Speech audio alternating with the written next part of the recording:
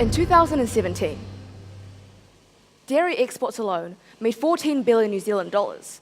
But we have come to a point where our agricultural exports are having detrimental effects on our environment. It uses around 42% of the land in New Zealand. Our rivers are polluted, and greenhouse gases are being pumped into the air at alarming rates. A New Zealand Herald article about a 100% pure advertisement claims critics have said the realm New Zealand marketers have presented is as fantastical as dragons and wizards. So where has our clean, green, sheeps frolicking everywhere image gone? I'm pretty sure there's not a single person in here who can just toddle on over to a local river and drink its unfiltered water. And future plans to change this and numerous other problems are cycled around endlessly, but nothing has ever really changed.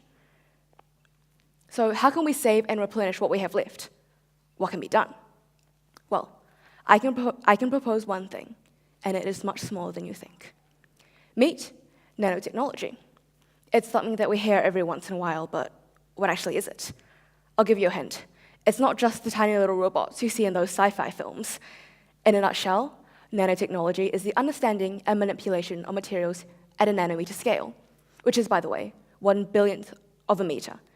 If you're still kind of lost as to just how small this is, just think of how football compares to the Earth. And so then you ask, what is so special about this? Well, they're actually much more chemically reactive than their visible counterparts. This is because they have a larger surface area to mass ratio. Basically, whatever visible particles can do in a given amount of time, nanoparticles can do it better. As you can tell, the possibilities are endless when it comes to nanotechnology. They can be made either by breaking down larger particles or built atom by atom. Through nanotechnology, we will be able to decrease energy usage, pollution, and greenhouse gases. There is a multitude of uses nanotechnology could serve, but it would take hours to articulate them all, so I've decided to focus on 3. One is being used as biopesticides. This can also be expanded to bactericides and fungicides. The world annually uses 2 billion tons of pesticides, so a decrease in this would drastically change the environment for the better, especially since it has been proven that commercial pesticides have adverse effects on animals, useful soil microbes, and soil fertility.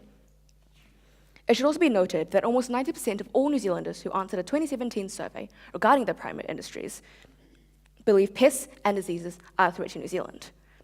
Along with basic inhibiting functions, chitosan can be used to mediate DNA transfer between plants to develop more pest-resistant structures and also inhibit bacterial growth and development. Silver nanoparticles can remove fungal infections by inducing the cell wall to inactivate, which leads to disruptions in the cell membrane, electron transport chain, and metabolism. A 2015 study done at Sweet University in Egypt found that it was able to kill 20% of the snails in their experiment. And zinc oxide, too, can be used as a deterrent due to its strong antimicrobial effects towards infectious diseases. The introduction of these nanoparticles into the agricultural sector of science can lead to an increase in quality of yields, leading to a higher profit. Other than their inhibiting abilities, zinc oxide and silver can be used to facilitate growth and yield.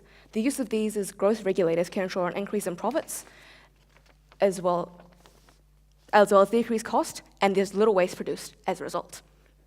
Zinc oxide can regulate zinc concentrations in the soil, which is a very valuable micronutrient in numerous physiological structures in plants. A lack of zinc causes stunted growth, distorted leaves, and various other conditions which would inhibit the plant's ability to live and reproduce. By maximizing micronutrient efficiency, yield and growth can be maximized too. Silver nanoparticles can be used to enhance growth of plant shoots and roots. Lastly, nanobiosensors can also be utilized for maximizing yield and quality to ensure consumer trust. As the name suggests, these biological sensors react to the surroundings it is placed in, and these responses are transmitted as amplified electric signals back to the processor. There is a number of harmful substances which cannot be detected using traditional methods, such as formaldehydes, plant pathogens, and pesticide residue. Nanobiosensors can not only detect these, but can be extremely specialized, have a low production cost, and are extremely portable as well. These can be used alongside fertilizers, herbicides, pesticides, and insecticides, allowing for viruses and bacteria to be detected with relative ease, assuring the quality of our crops remains high, which in turn results in increased consumer trust and profit. With these, soil pH and moisture can be measured, This can help to increase the efficiency of water, nutrient, and agrochemical usage. This can reduce the cost of these as well as maximize the potential of the available natural resources. Chitosan, zinc oxides, and silver all have major economic and environmental benefits. These are all profitable, and with more demand, could very well be commercialized with ease. In a survey conducted by the Ministry of Primary Industries in 2017, around 50% of those who viewed the horticultural unit negatively expressed this view due to its negative environmental effects. But with nanotechnology, which is not only eco-friendly itself, we will be able to decrease agricultural pollution. Chitosan is made from the sugars found on shellfish shells, meaning it can be synthesized from seafood waste. Silver nanoparticles can be made with ripe radish peels, as well as other plant leaf extracts, and zinc oxide too can be synthesized with plant leaf extracts. In its overall life cycle, nanotechnology decreases the total consumption despite its initial energy investment, as they are more durable than their visible counterparts. Although researching this technology has been slow within New Zealand, once it is commercialized and larger companies begin producing it on an industrial scale, as demands increase, the cost for nanotechnology would decrease significantly. With more support from the government and interest from the public, we can most definitely implement nanotechnology into the agricultural sector. If we were able to harness the power of these nanoparticles, the functional possibilities of this technology is infinite. So really, what we can implement is so much smaller than you could possibly imagine. And with this, maybe we can become 100% pure again.